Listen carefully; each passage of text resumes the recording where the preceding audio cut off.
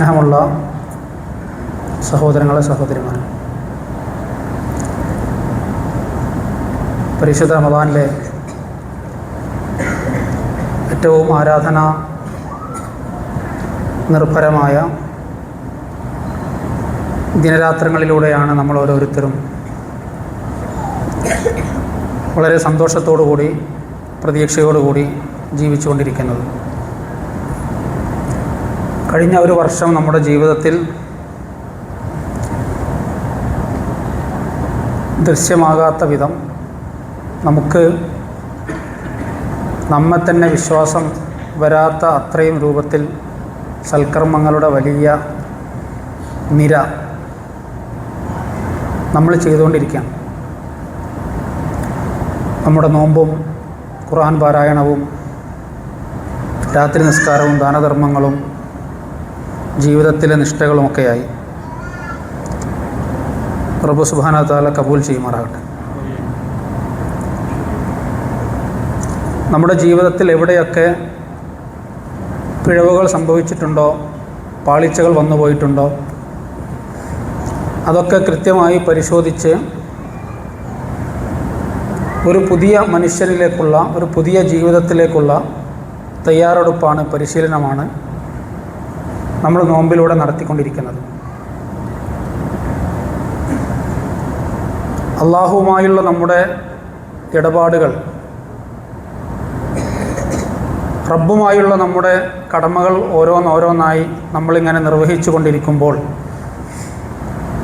നമുക്കുള്ള ഏറ്റവും വലിയ പ്രതീക്ഷ റബ്ബ് നമ്മളെ പരിഗണിക്കുമെന്നുള്ളതാണ്. നമ്മുടെ തെറ്റുകൾ, നമ്മളിൽ നിന്ന് വന്നുപോയ പാപങ്ങൾ അള്ളാഹു നമുക്ക് പുറത്തു തരുമെന്നുള്ളത് തന്നെയാണ്. എത്രമേൽ കൂമ്പാരമായി നമ്മൾ കുരുത്തക്കേടുകൾ ചെയ്തിട്ടുണ്ടെങ്കിലും അള്ളാഹു അതെല്ലാം പുറത്തു തരുമെന്നുള്ളൊരു വലിയ പ്രതീക്ഷയാണ് നമുക്കുള്ളത്. അള്ളാഹുമായുള്ള നമ്മുടെ ബന്ധം നിലനിർത്തുവാൻ വേണ്ടിയും അത് കൂടുതൽ സജീവമാക്കുവാൻ വേണ്ടിയുമുള്ള നമ്മുടെ ഈ തയ്യാറെടുപ്പിൽ മനുഷ്യരും തമ്മിലുള്ള ബന്ധങ്ങളുടെ അവസ്ഥ എന്താണ് എന്ന് ഒന്ന് പരിശോധിക്കുന്നത് നല്ലതാണ്.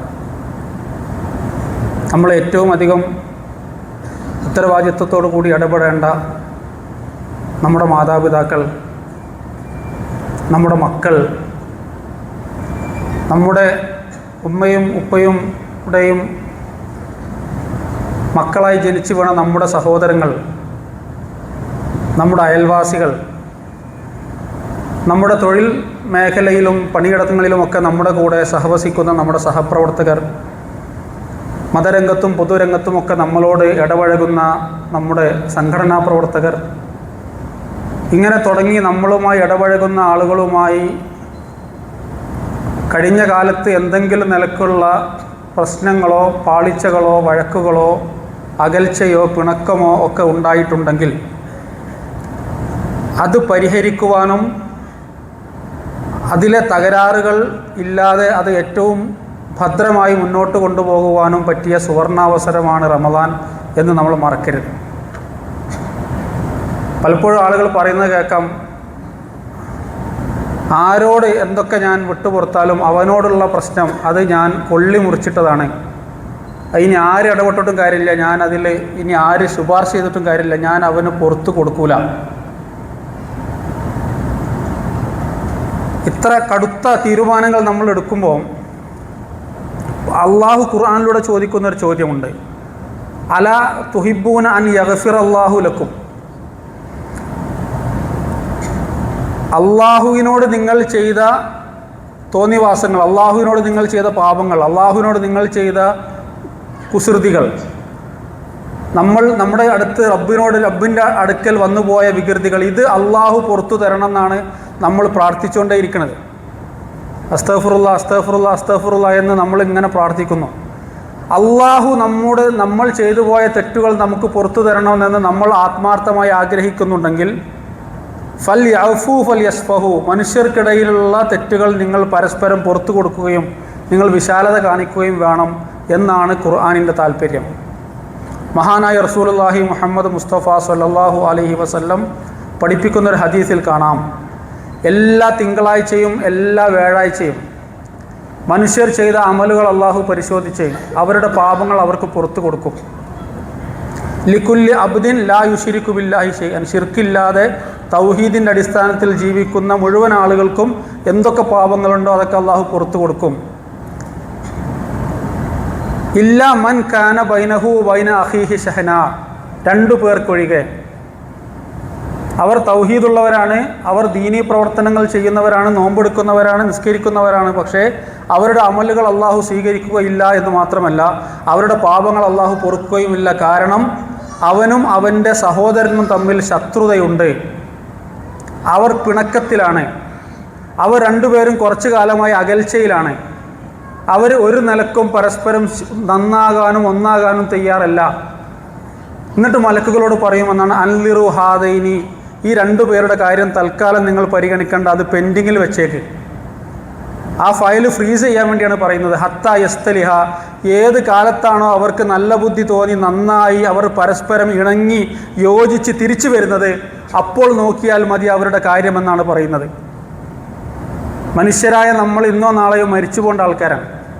ഏതോ ഒരു വികാരത്തള്ളീച്ചയുടെ പേരിൽ എന്തോ ഒരു പ്രശ്നം ഉണ്ടായപ്പോൾ അപ്പോഴത്തെ ഒരു ദേഷ്യത്തിന് പറഞ്ഞു പോയ കാര്യങ്ങളുടെ പേരിൽ നമ്മളിങ്ങനെ വാശിയും അഹങ്കാരവും ദുരഭിമാനവും വെച്ച് പരസ്പരം പിണങ്ങി നടക്കുന്ന ഒരവസ്ഥ. സ്വന്തം ഉമ്മയോടും ഉപ്പയോടും തെറ്റി നടക്കുന്ന ആളുകൾ, സ്വന്തം മക്കളോടും ഉണ്ടാത്ത ആളുകൾ. ഞാൻ മരിച്ചാൽ പോലും എൻ്റെ മകൻ എൻ്റെ മകൾ എൻ്റെ മയ്യത്ത് കാണരുത് എന്ന് വസിയത്ത് എഴുതി വെച്ച മാതാപിതാക്കൾ, ഭാര്യയും ഭർത്താവും തമ്മിൽ, സഹോദരങ്ങൾക്കിടയിൽ, അയൽവാസികളുമായി, ഒരേ സ്ഥാപനത്തിൽ വർഷങ്ങളായി ജോലിയെടുക്കുന്ന, ഒരേ ഡിപ്പാർട്ട്മെൻറ്റിലും ഒരേ ഓഫീസിലും ഒരേ സെക്ഷനിലും വർക്ക് ചെയ്യുന്ന ആളുകൾ, ഒരേ സംഘടനക്കകത്ത് പ്രവർത്തിക്കുന്നവർ, മതരംഗത്തും പൊതുരംഗത്തും ഒരുമിച്ച് വേദി പങ്കിടുന്ന ആളുകൾ, എന്തെങ്കിലുമൊക്കെ കാരണങ്ങളുടെ പേരിൽ വലിയ ശത്രുക്കളായി മാറുന്ന, ആ ശത്രുത ജീവിതാവസാനം വരെ കൊണ്ടു നടക്കുന്ന ഒരു സാഹചര്യം വിശ്വാസികളായ നമ്മളെ സംബന്ധിച്ചിടത്തോളം ഒരിക്കലും ഭൂഷണമല്ല എന്നാണ് ഈ സമയത്ത് വളരെ സ്നേഹത്തോടു കൂടി, വളരെ വിനയത്തോടു കൂടി എൻ്റെ സഹോദരി സഹോദരങ്ങളോട് പറയാനുള്ളത്. നമ്മൾ ചെയ്യുന്ന പ്രവർത്തനങ്ങളും നമ്മുടെ അമലുകളും ഇബാദത്തും നോമ്പും നിസ്കാരവും അള്ളാഹുവിൻ്റെ അടുക്കിലേക്ക് എത്തുകയില്ല എന്നത് ഗൗരവത്തോടെ നമ്മൾ മനസ്സിലാക്കുക. സത്യവിശ്വാസികളുടെ ഇടയിൽ ഒരു കാരണവശാലും 3 ദിവസത്തിലധികം അവർ പിണങ്ങി നിൽക്കരുത് എന്നത് ഇസ്ലാമിൻ്റെ നിയമമാണ്. ലാ യഹില്ലു ലി മുസ്ലിമിൻ അൻ യഹ്ജുറ അഖാഹു ഫൗക സലാസ്, 3 ദിവസങ്ങളിൽ കൂടുതലായി ഒരു സത്യവിശ്വാസിയായ 2 ആളുകൾ തമ്മിൽ പരസ്പരം പിണങ്ങി നിൽക്കരുതെന്നാണ്. ഒരേ ബെഡ്റൂമിനകത്ത് താമസിക്കുന്ന ഭാര്യയും ഭർത്താവും തമ്മിൽ കുടുംബക്കാരുടെയും മറ്റുള്ളവരുടെയും മുന്നിൽ പരസ്പര സ്നേഹം അഭിനയിക്കുമെങ്കിലും വീട്ടിനകത്ത് ഉറങ്ങുന്ന നേരമാകുമ്പോൾ അവർ പരസ്പരം അകന്നു കഴിയുന്ന തരത്തിലുള്ള സംവിധാനങ്ങൾ, പ്രതിഭാസം വരെ സംഭവിച്ചുകൊണ്ടിരിക്കുന്നവരാണ്. സ്ലീപ്പ് ഡൈവോഴ്സ് എന്നാണ് ഇതിനെപ്പറ്റി പറയുന്നത്. കിടപ്പ് മുറിക്കകത്ത്, റൂമിനകത്ത്, ബെഡ്റൂമിൽ കയറി കഴിഞ്ഞാൽ പിന്നെ അവർ തമ്മിൽ അകൽച്ചയാണ്. പുറത്ത് മറ്റുള്ളവർക്ക് വേണ്ടിയോ മക്കൾക്ക് വേണ്ടിയോ ജീവിതം തള്ളി നീക്കുകയാണ്. ജീവിതത്തിൽ ഏറ്റവും അടുത്ത് ജീവിക്കുന്ന കുടുംബാംഗങ്ങൾക്കിടയിൽ ഇങ്ങനെ ഒരു അകൽച്ച ഉണ്ടായിക്കഴിഞ്ഞാൽ പിന്നെ നമ്മുടെ ജീവിതത്തിൽ ഒരു സമാധാനവും സന്തോഷമൊക്കെ എങ്ങനെയാണ് ഉണ്ടാവുക എന്നുള്ളതാണ് ഗൗരവത്തോടെ നമ്മൾ ആലോചിക്കേണ്ടത്. നമ്മൾ ഒരു അപകടത്തിൻ്റെ പേരിലോ ഒരു മാരകമായ രോഗത്തിൻ്റെ പേരിലോ ഒരു കാരണവുമില്ലാതെയോ നമ്മളിപ്പോൾ ഇന്ന് രാത്രി പോയി കിടന്നുറങ്ങി നാളെ എഴുന്നേൽക്കും എന്നുള്ളത് ഒരു ഗ്യാരണ്ടി ഇല്ലാത്ത കാര്യമാണ്. അവനല്ലേ തുടങ്ങിയത്, അവരല്ലേ തുടങ്ങിയത്, അത് ഇങ്ങോട്ട് വന്നിട്ട് മതി എന്നൊന്നും നമ്മൾ പറയരുത്.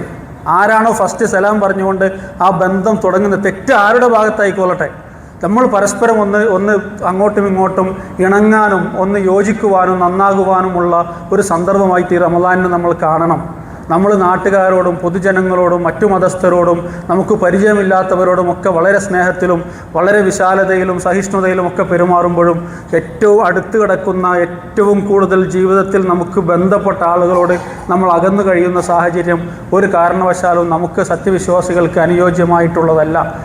ഇന്നല്ലാഹു യഅ്മുറുക്കും അൻ തുഅദ്ദുൽ അമാനാത്തി ഇലാ അഹ്ലിഹാ, ഇത് അള്ളാഹു ഏൽപ്പിച്ചിട്ടുള്ള അമാനത്താണ്, അത് കൃത്യമായി നമ്മൾ നിർവഹിക്കണം. അതിൽ ഒരു വാശി നമ്മൾ വെക്കണ്ട. ആരോട് ചെയ്തതാണെങ്കിലും നമ്മളതൊന്ന് ഇനീഷ്യേറ്റ് ചെയ്ത് നമ്മളതിലൊന്ന് ഇടപെട്ട് അത് പരസ്പരം പരിഹരിക്കാൻ വേണ്ടി നോക്കണം. അങ്ങനെ നോക്കുന്നുണ്ടെങ്കിൽ അത് ചിലപ്പോൾ നമ്മുടെ നിസ്കാരത്തിനേക്കാളും നമ്മുടെ നോമ്പിനേക്കാളും നമ്മുടെ സക്കാത്തിനേക്കാളും അള്ളാഹുവിൻ്റെ അടുക്കൽ പരിഗണിക്കപ്പെടും. റസൂൽ പറയുന്ന ഒരു ഹദീസിൽ കാണാം, അലാ ഉഖ്ബിറുക്കും നിങ്ങൾക്ക് ഞാൻ അറിയിച്ചു തരട്ടെയോ? അഫ്ളല മിനൽ സിയാമി വസ്സലാത്തി വസ്സദഖ, നോമ്പിനേക്കാളും നിസ്കാരത്തിനേക്കാളും ദാനധർമ്മങ്ങളെക്കാളും അള്ളാഹുവിൻ്റെ അടുക്കൽ പ്രിയങ്കരമായിട്ടുള്ള കാര്യം ഇസ്ലാഹു ദാത്തിൽ ബൈൻ, പിണങ്ങി കഴിയുന്ന രണ്ടു പേർക്കിടയിൽ യോജിപ്പുണ്ടാക്കാനും അവരെ പരസ്പരം ഒരുമിപ്പിക്കുവാനും ആരാണോ ശ്രമിക്കുന്നത്, അത് നോമ്പിനേക്കാളും നിസ്കാരത്തിനേക്കാളും സക്കാത്തിനേക്കാളും പ്രതിഫലാർഹമായ കാര്യമാണ് എന്ന് ഇസ്ലാം പഠിപ്പിക്കുന്നുണ്ടെങ്കിൽ, മനുഷ്യർക്കിടയിലുള്ള പരസ്പര ബന്ധം അത് ഏറ്റവും ഹൃദ്യമായി, ഏറ്റവും ദൃഢമായി, ഏറ്റവും ശക്തമത്തായി കൊണ്ടു നടക്കുക എന്നത് നമ്മുടെ ഉത്തരവാദിത്തമാണ്.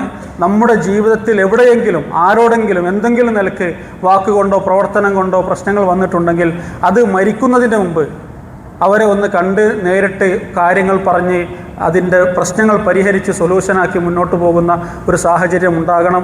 ഈ ഒരൊറ്റ കാര്യം കൊണ്ട്, ഈ ഒരൊറ്റ വിഷയം കൊണ്ട് നാളെ പരലോകത്ത് നമ്മൾ നഷ്ടക്കാരുടെ കൂട്ടത്തിൽ പെടാതിരിക്കാൻ വേണ്ടി നമ്മൾ ശ്രമിക്കണം.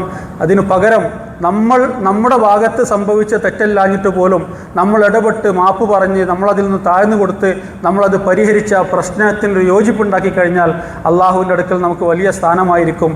അപ്പോഴായിരിക്കും യഥാർത്ഥത്തിൽ നമ്മുടെ നോമ്പും നമ്മുടെ ദാനധർമ്മങ്ങളും ഈ കഷ്ടപ്പാടും അധ്വാനങ്ങളും ത്യാഗപ്രവർത്തനങ്ങളും എല്ലാം റബ്ബിൻ്റെ അടുക്കൽ വിലയുള്ളതായിട്ട് മാറുക. അള്ളാഹുവിൻ്റെ അടുക്കൽ ഏറ്റവും ഇഷ്ടം ലഭിക്കുന്ന, അള്ളാഹു വളരെ ബഹുമാനത്തോടും സ്നേഹത്തോടും സ്വീകരിക്കുന്ന അവൻ്റെ ഏറ്റവും ഇഷ്ടദാസന്മാരിൽ നമ്മളെല്ലാം ഉൾപ്പെടുത്തി അനുഗ്രഹിക്കുമാറാകട്ടെ. വസല്ലല്ലാഹു വസല്ലമ വബാറക അലാ നബിയിന മുഹമ്മദിൻ വഅലാ ആലിഹി വസഹ്ബിഹി അജ്മഈൻ വൽഹംദുലില്ലാഹി റബ്ബിൽ ആലമീൻ.